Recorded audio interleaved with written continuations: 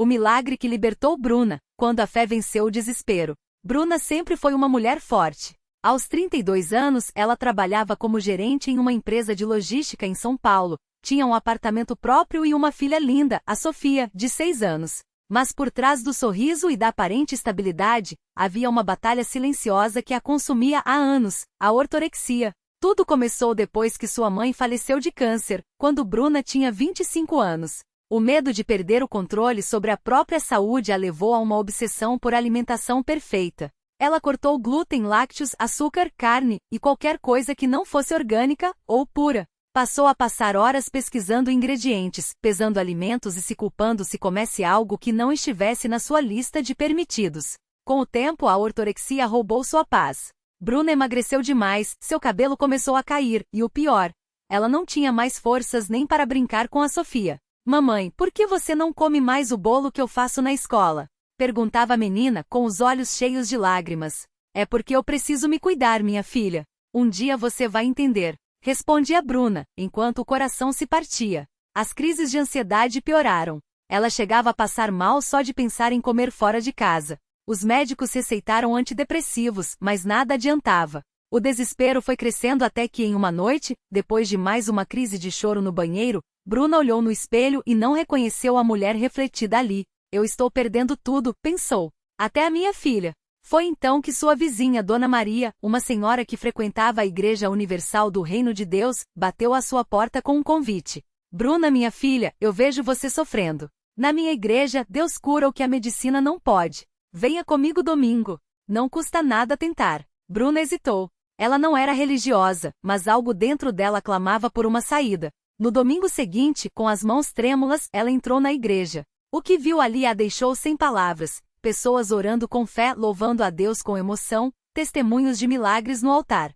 O pastor, um homem de voz firme e olhares penetrantes, falava sobre libertação. Hoje é o dia da sua vitória. Ele declarou, apontando para a congregação. Deus não quer que você viva preso. Ele quer te libertar. Bruna sentiu algo diferente. Uma esperança que não vinha dela mesma. Quando o pastor chamou os que precisavam de um milagre para irem à frente, ela se levantou, arrastando os pés como se carregasse o peso do mundo. Ao chegar ao altar, uma irmã da igreja a abraçou e orou por ela com uma unção que Bruna nunca havia sentido. Senhor, libera esta filha. Quebra toda a cadeia de medo e obsessão. A irmã clamava, enquanto impunha as mãos sobre sua cabeça. Bruna começou a chorar. Não eram lágrimas de tristeza, mas de alívio, como se algo dentro dela estivesse se rompendo. O pastor então pegou o óleo sagrado e ungiu sua testa. Em nome de Jesus, eu te declaro livre. A ortorexia não tem mais poder sobre você. Naquela noite, Bruna participou da corrente de oração. Dezenas de pessoas se uniram em fé, intercedendo por ela. O pastor liderou uma oração forte de libertação, quebrando maldições e declarando saúde. Bruna sentia o corpo tremer, como se uma batalha espiritual estivesse acontecendo. Eu aceito Jesus como meu Senhor. Ela gritou, entre lágrimas, levantando as mãos. Quando chegou em casa, algo havia mudado. Pela primeira vez em anos, Bruna sentiu fome. Não a fome doentia da restrição, mas um desejo natural de se alimentar. No dia seguinte, ela preparou um café da manhã simples, pão, manteiga, um suco. E comeu. Sem culpa. Sem medo. Sofia, ao vê-la comendo, pulou de alegria. Mamãe, você está curada? Sim, minha filha. Deus me curou. Respondeu Bruna, abraçando-a forte. Mas a batalha não havia terminado. O pastor explicou que ela precisaria persistir na fé. Bruna começou a participar das campanhas de fé jejuando e orando nos horários marcados. Ela também passou a ser fiel nos dízimos e ofertas, entendendo que a prosperidade não era só financeira, mas também espiritual e emocional. Em uma fogueira santa, ela queimou todos os livros e anotações que alimentavam sua obsessão, declarando em voz alta: nunca mais. Eu sou livre em Cristo. Os dias foram passando, e Bruna recuperou não só a saúde, mas a alegria de viver. Ela voltou a cozinhar para a filha, a sair com amigas, a aproveitar a vida sem amarras. Em um culto de testemunho, ela subiu ao altar para contar seu milagre. Eu vim aqui quebrada, mas Deus me reconstruiu. A ortorexia me roubou anos, mas Jesus me devolveu a vida. Se você está sofrendo, não desista. A Igreja Universal é um lugar onde milagres acontecem. Hoje, Bruna é uma das irmãs mais ativas da igreja. Ela ajuda outras pessoas que lutam contra transtornos alimentares, mostrando que a fé pode vencer até as prisões mais profundas. A lição que ela aprendeu? Deus não nos criou para vivermos presos ao medo. Ele nos deu a fé como arma e a igreja como refúgio. Quando entregamos nossos fardos a Ele, não há doença, nem obsessão, nem desespero que resista. A vitória já está garantida. E assim Bruna, que um dia achou que nunca mais seria livre, tornou-se um testemunho vivo de que na Igreja Universal do Reino de Deus, os impossíveis se tornam possíveis. Porque onde há fé, Deus age. E onde Deus age, não há mal que não seja vencido. No mesmo dia em que Bruna deu seu testemunho na igreja, uma jovem chamada Ana estava sentada nos últimos bancos, com os olhos cheios de lágrimas. Ela tinha chegado ali arrastada pela tia, depois de meses se trancando em casa, recusando comida e se cortando em momentos de desespero. Ana sofria de depressão profunda e ansiedade, e as vozes em sua mente não a deixavam em paz. Você não merece viver, ninguém te ama, isso nunca vai passar, eram frases que ecoavam sem parar. Enquanto Bruna falava, Ana sentiu algo diferente. Não era só a história que a tocava, mas uma paz estranha que começou a invadir seu coração. Quando o pastor fez o chamado para oração, ela hesitou, mas uma força a levou até o altar. Ao ajoelhar-se, as lágrimas caíram sem controle. O pastor impôs as mãos sobre sua cabeça e começou a orar com autoridade. Em nome de Jesus, eu quebro toda a maldição de morte, todo espírito de autodestruição. Sai agora em nome do Pai, do Filho e do Espírito Santo. Ana sentiu como se algo pesado saísse dela. Não foi instantâneo, mas nos dias seguintes, as vozes começaram a perder força. Os pensamentos suicidas que antes a assombravam dia e noite foram ficando mais raros. Ela voltou a comer, a sair de casa, a sorrir. Sua tia, que já tinha quase perdido a esperança, não acreditava no que via. Uma semana depois, Ana voltou à igreja. Dessa vez não foi arrastada, foi correndo. Ela queria agradecer, queria aprender mais, queria se batizar. No dia do batismo, quando saiu das águas, sentiu que nascia de novo. Não era mais a mesma pessoa fragilizada que havia entrado naquela igreja algumas semanas antes. Agora, ela tinha um propósito.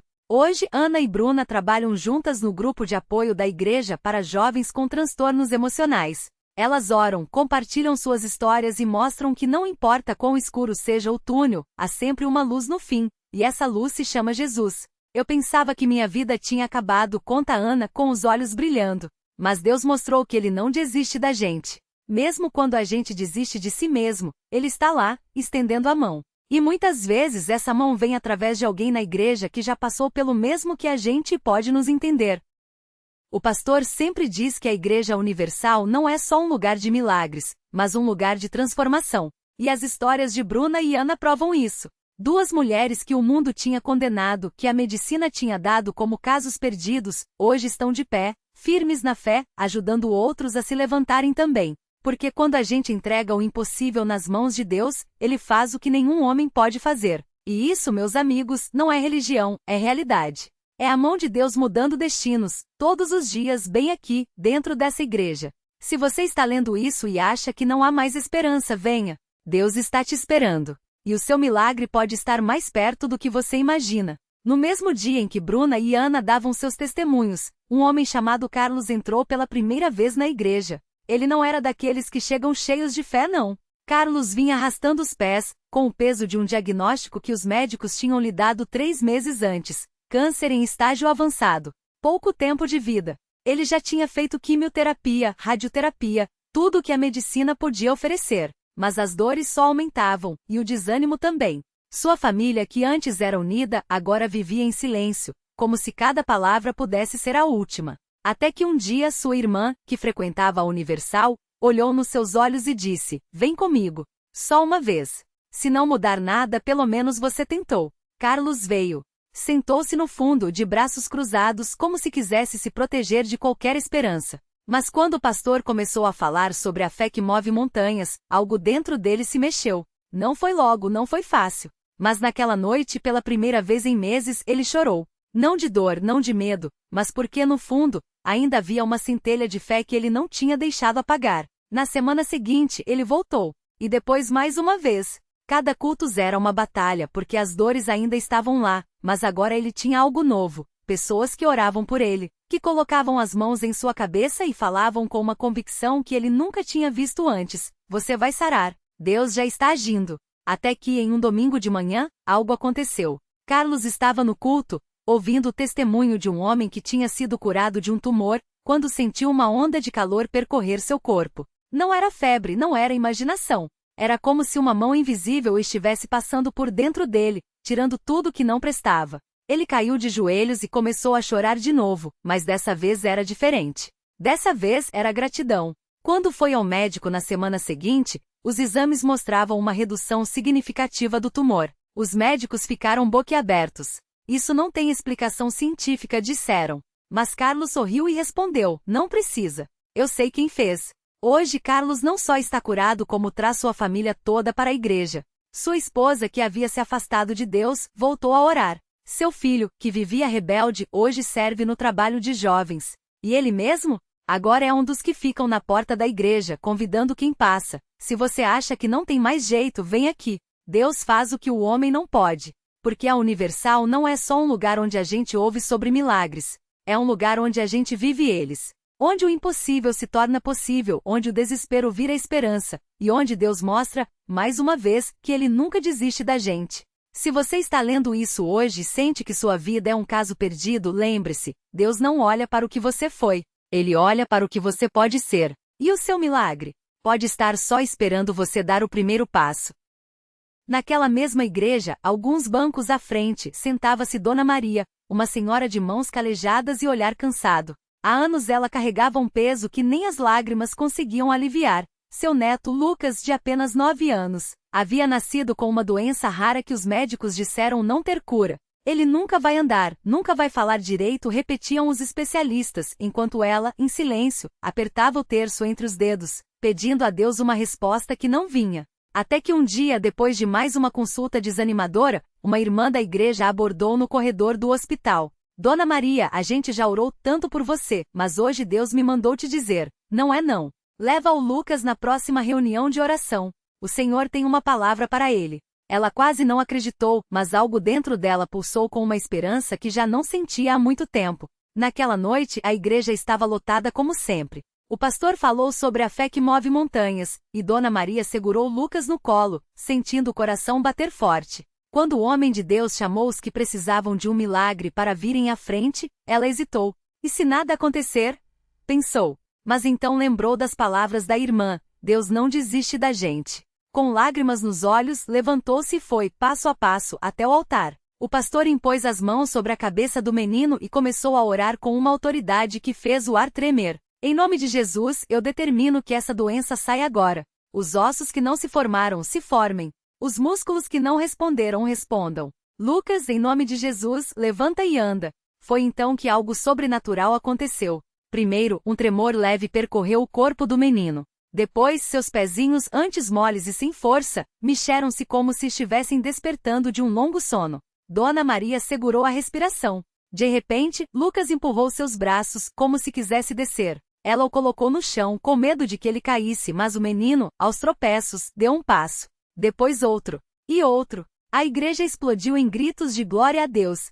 Enquanto Dona Maria caía de joelhos, chorando sem parar, repetindo: é milagre, Senhor. É milagre. Hoje, Lucas tem 12 anos, corre pelo pátio da igreja, joga bola com as outras crianças e até ajuda a distribuir os folhetos nos cultos. Dona Maria, que antes vivia trancada em casa com medo do futuro, agora é uma das intercessoras mais dedicadas.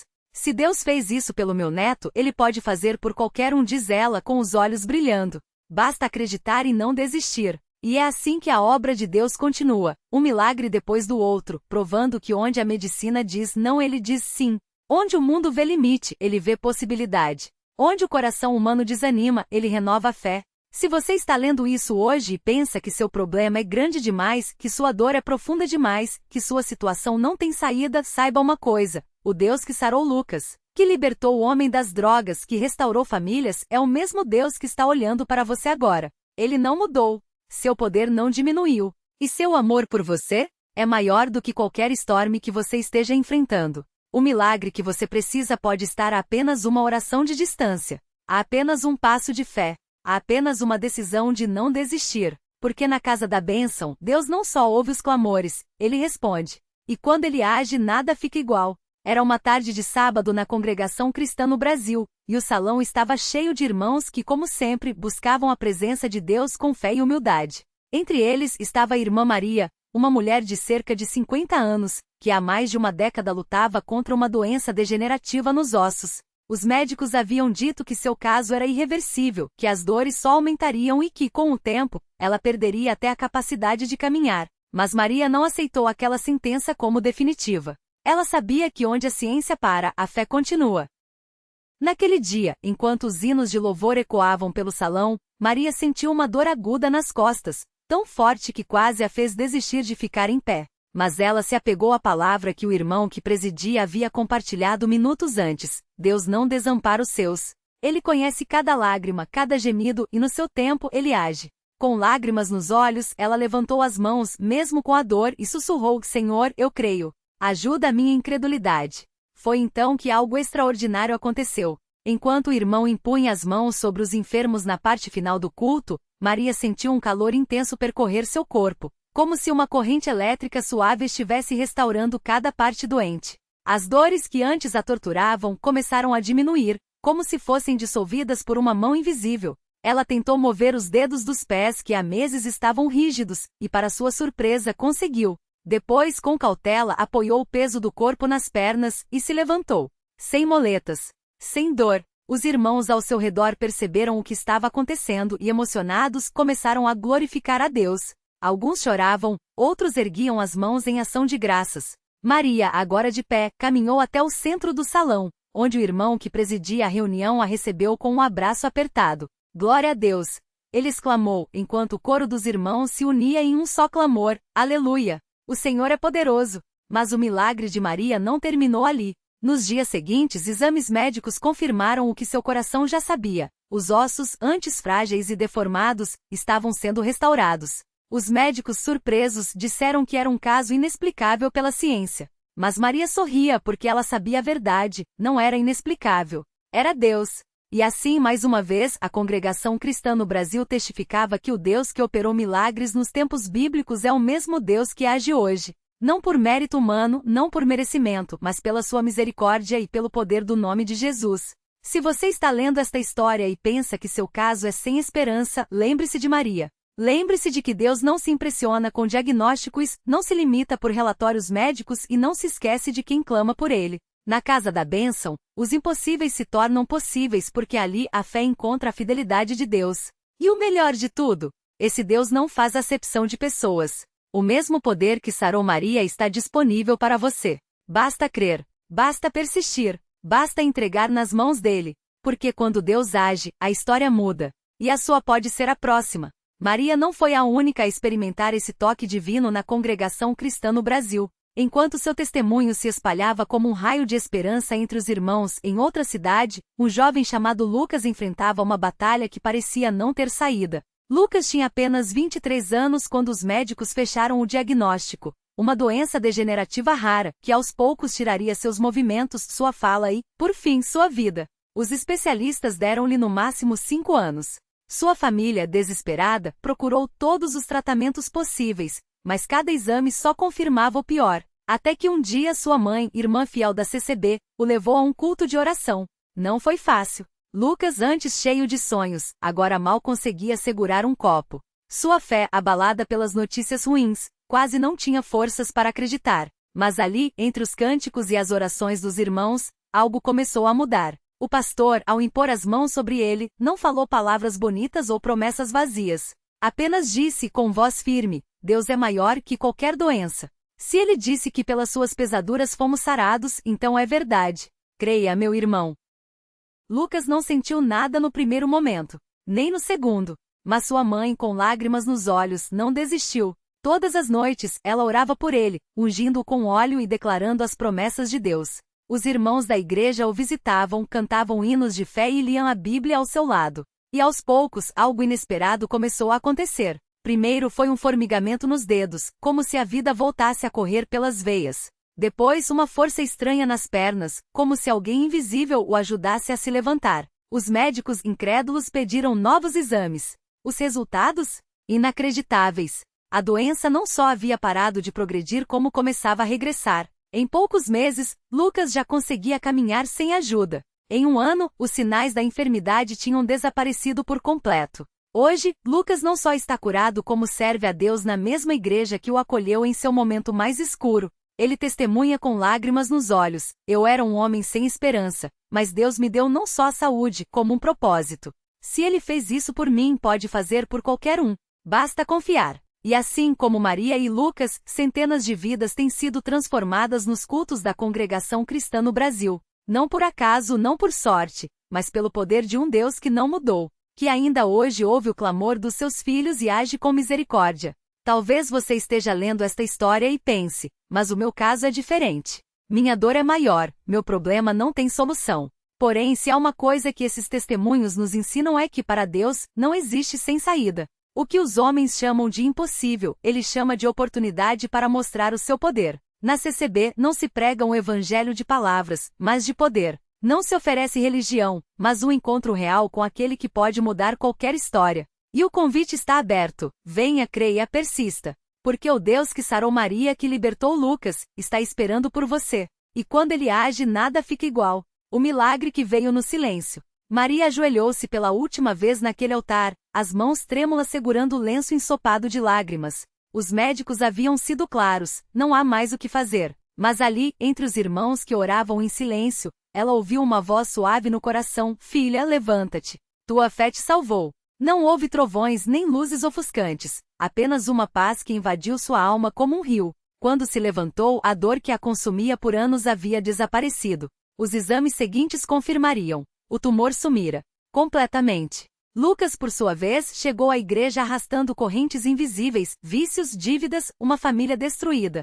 Naquela noite, enquanto o coro entoava "Lava-me, Senhor", ele sentiu algo se quebrar dentro de si. Não foi um grito, mas um suspiro, como se alguém tirasse um peso de suas costas. Ao sair dali, não era mais o mesmo. As contas foram pagas por mãos anônimas, o vício perdeu a força, e sua esposa, que já havia desistido, o recebeu com um abraço choroso. Deus te trouxe de volta, ela sussurrou. Reflexão: o milagre está no ainda. Talvez você esteja lendo isto com o coração apertado, pensando: mas e eu? Saiba que Deus não age por mérito, mas por misericórdia. Maria e Lucas não eram especiais, eram persistentes. A fé não é a certeza de que tudo será fácil, mas a convicção de que Deus é fiel, mesmo quando não vemos o caminho. Lição: a oração que Deus ouve. Deus não precisa de multidões para operar, Ele age onde há um coração sincero. Não importa se sua luta é visível ou escondida, se o mundo diz "é tarde" ou "é impossível". Na CCB, não se aprende a falar de Deus, aprende-se a confiar nele.